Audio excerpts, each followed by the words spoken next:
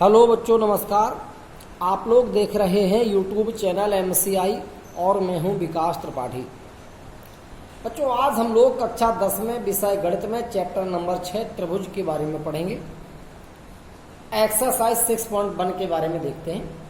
सबसे पहले हम देखेंगे समरूप बहुभुज क्या होते हैं। वैसे समरूप शब्द का मतलब ही है जिनके रूप एक जैसे हो, अर्थात जिनकी बनावट एक जैसी हो, जो दिखने में एक जैसे लगते हो, वे समरूप बहुभुज होंगे।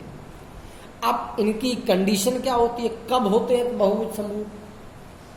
भुजाओं की समान संख्या वाले दो बहुभुज समरूप होते हैं यदि उनके संगत कोण बराबर हों तथा संगत भुजाएं समानुपाती अर्थात एक ही अनुपात में हों। यानी अगर दो बहुभुज भुजाओं की समान संख्या के, माने बहुभुजों में भुजाओं की संख्या समान है, तो वे बहुभुज तब समरूप होंगे जब उनके संगत कोण बराबर होंगे और उनकी संगत भुजाएं समानुपाती अर्थात एक ही अनुपात में होंगी।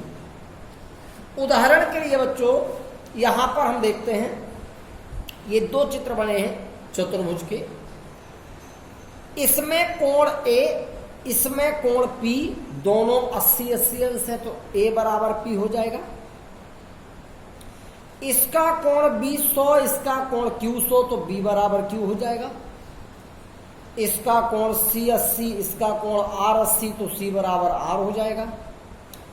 इसका कोण D 100, इसका कोण S 100, तो D बराबर S हो जाएगा। माने इन दोनों चतुर्भुजों के संगत कोण आपस में बराबर हैं। अब बच्चों ध्यान से देखें, भुजा AB बटे भुजा PQ तो आएगा 2/6। AB बटे PQ माने 2/6 माने 1/3। अब बच्चों BC बटे QR, BC बटे QR बराबर BC 3, QR 9 माने 1/3, 3 एकम 3, 3 त्रिका 9। इसी प्रकार से हम CD बटे RS निकालेंगे, CD बटे RS निकालेंगे, ये भी 1/3 आएगा। और DA बटे SP निकालेंगे, ये भी 1/3 आएगा। तो ये जो दो चतुर्भुज हैं, इनके संगत कोण भी आपस में बराबर हैं। इनकी संगत भुजाएं जो हैं वो समानुपाती भी हैं, मतलब इनके सबके अनुपात एक ही है, सबका अनुपात 1/3 है। तो ये दोनों चतुर्भुज समरूप चतुर्भुज कहलाएंगे। यानी अगर दो बहुभुजों में संगत कोण बराबर हों, संगत भुजाएं समानुपाती हों, तो वे बहुभुज समरूप बहुभुज कहलाते हैं। तो ये दोनों चतुर्भुज समरूप चतुर्भुज कहलाएंगे। बच्चों, जब संगत भुजाएं एक ही अनुपात में हों तो इस अनुपात को स्केल गुणक कहा जाता है। अब देखते हैं बच्चों एक्सरसाइज 6.1 से संबंधित प्रश्न। बच्चों, कल के PDF फाइल में कोणार्धक शब्द को हमने इस प्रकार लिखा था, जो कि गलत है। सही होगा कोणार्धक। गलती से कोणार्धक को ऐसा लिख दिया गया था, ये कोणार्धक शब्द होगा। इसी प्रकार हमने लंबार्धक शब्द को भी इसी प्रकार गलत कर दिया था। लंबार्धक, ये गलत होगा, इसके स्थान पर लंबार्धक ऐसा लिखा जाएगा। ये दोनों करेक्शन आप लोग कल की PDF फाइल में जो भेजा था हमने, उसमें जरूर कर लें। कोणार्धक शब्द जहां भी लिखा हो ऐसा, उसको ऐसा लिखना है, और लंबार्धक शब्द जहां भी ऐसा लिखा हो उसको ऐसा लिखना है। चलिए बच्चों, देखते हैं एक्सरसाइज 6.1।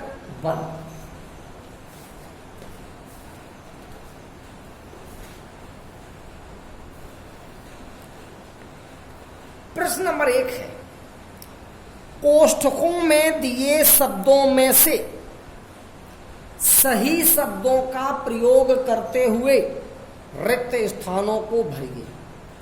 आपको कोष्ठक में शब्द दिए गए, इनमें से सही शब्द का यहां प्रयोग करके रिक्त स्थान भरना है।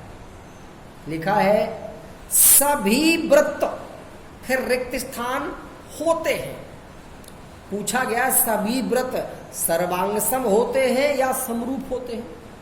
तो बच्चों सर्वांगसम व्रत क्या होते हैं कक्षा 9 में हमने बताया था। यदि किन्हीं दो व्रतों की त्रिज्याएं बराबर हों तो वे व्रत सर्वांगसम व्रत होते हैं। लेकिन यहां पर तो कह रहा सभी व्रत, माने त्रिज्याएं चाहे बराबर हो वो चाहे ना हो, तो क्या वो सर्वांगसम हो सकते हैं? बिल्कुल नहीं हो सकते, क्योंकि सर्वांगसम तो तब होते हैं जब उनकी त्रिज्याएं बराबर हो। यहां तो सभी व्रतों की बात कर रहा है, तो फिर सर्वांगसम नहीं हो सकते। तो कैसे होते हैं? समरूप होते हैं। तो यहां पर समरूप शब्द भरा जाएगा, ये शब्द भरा जाएगा, सभी व्रत समरूप होते हैं। बच्चों प्रश्न नंबर 2 देख लेते हैं। सेकंड पार्ट है इसका पहले का, सभी वर्ग फिर रिक्त स्थान होते हैं। फिर से ऑप्शन समरूप या सर्वांगसम। तो बच्चों सभी वर्ग भी हमेशा समरूप होते हैं, सर्वांगसम नहीं होते। सर्वांगसम तब होंगे जब संगत कोण भी बराबर हो और संगत भुजाएं भी बराबर हो। सभी वर्गों की भुजाएं बराबर तो होती नहीं है। हो सकता पहले वर्ग की भुजा 4 सेंटीमीटर हो, दूसरे की 7 हो, तो भुजाएं तो बराबर होंगी नहीं। और जब तक संगत भुजाएं भी बराबर नहीं होंगी तब तक वो सर्वांगसम नहीं होंगे, तो समरूप होंगे। तो ध्यान रखना सभी व्रत सभी वर्ग ये दोनों ही क्या होते हैं? समरूप होते हैं। अगला है सभी, फिर रिक्त स्थान दिया है, त्रिभुज समरूप होते हैं।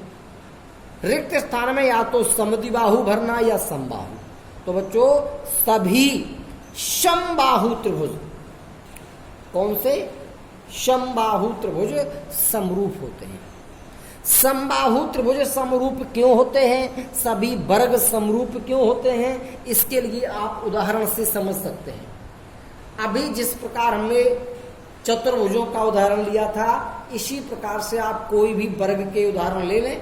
आप 2 वर्ग ले लें तो आप पाएंगे कि उनके संगत कोण बराबर हैं और उनकी संगत भुजाएं समानुपाती हैं।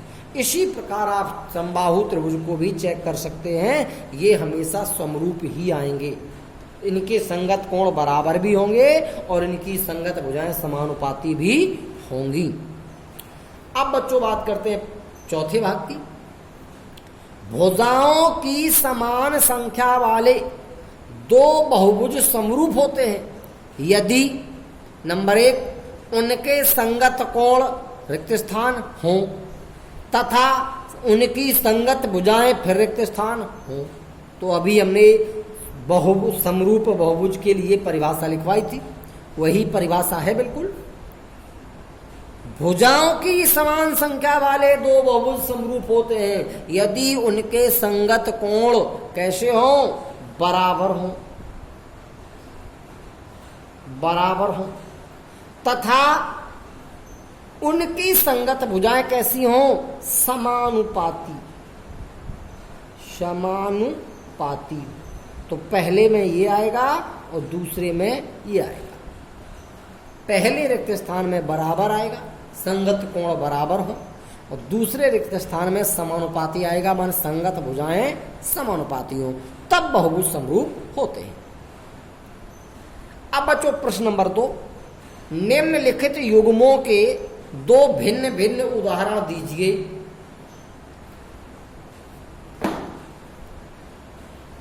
एक्सरसाइज 6.1 क्वेश्चन नंबर 2,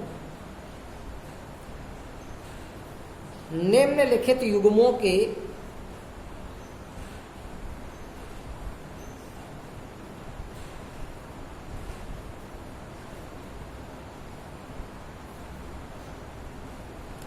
दो उदाहरण दीजिए।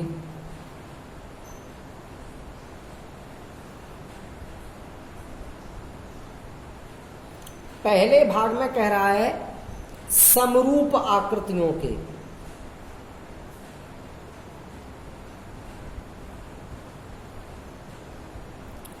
समरूप आकृतियों के उदाहरण दे रहा है। समरूप आकृतियों में अभी अभी आपने देखा सभी वर्ग समरूप होते हैं, सभी समबाहु त्रिभुज समरूप होते हैं। तो आप यहां पर उदाहरण नंबर 1 ले लें। उदाहरण 1 में आप 2 समबाहु त्रिभुज बना दीजिए। एक समबाहु त्रिभुज हो गया, ये दूसरा समबाहु त्रिभुज हो गया, ABC, यहां पे PQR, इसकी भी भुजा 3 3 3 और इसकी भुजा हो गई 5 5 5। ये समरूप आकृतियां हैं। कैसे जाना? क्योंकि समबाहु त्रिभुज है, समबाहु त्रिभुज तो समरूप ही होते हैं। अब हम इसकी कोई भी भुजा ले सकते हैं, इसकी कोई भुजा ले सकते हैं। ऐसे ही हम एक वर्ग का उदाहरण दे देंगे, एक वर्ग बना देंगे, उसकी कोई भुजा ले लेंगे, दूसरा वर्ग बना देंगे, उसकी कोई भुजा ले लेंगे, वो वर्ग भी समरूप होंगे, क्योंकि सभी वर्ग समरूप होते हैं, सभी समबाहु त्रिभुज भी समरूप होते हैं। तो उदाहरण नंबर 2 आपको घर पे करना है। 2 वर्ग बना देना, एक वर्ग की भुजा अलग और दूसरे वर्ग की भुजा अलग, बस। अब इसका जो सेकंड पार्ट है उसमें ऐसी आकृतियां जो समरूप नहीं है, ऐसी आकृतियां जो समरूप नहीं है।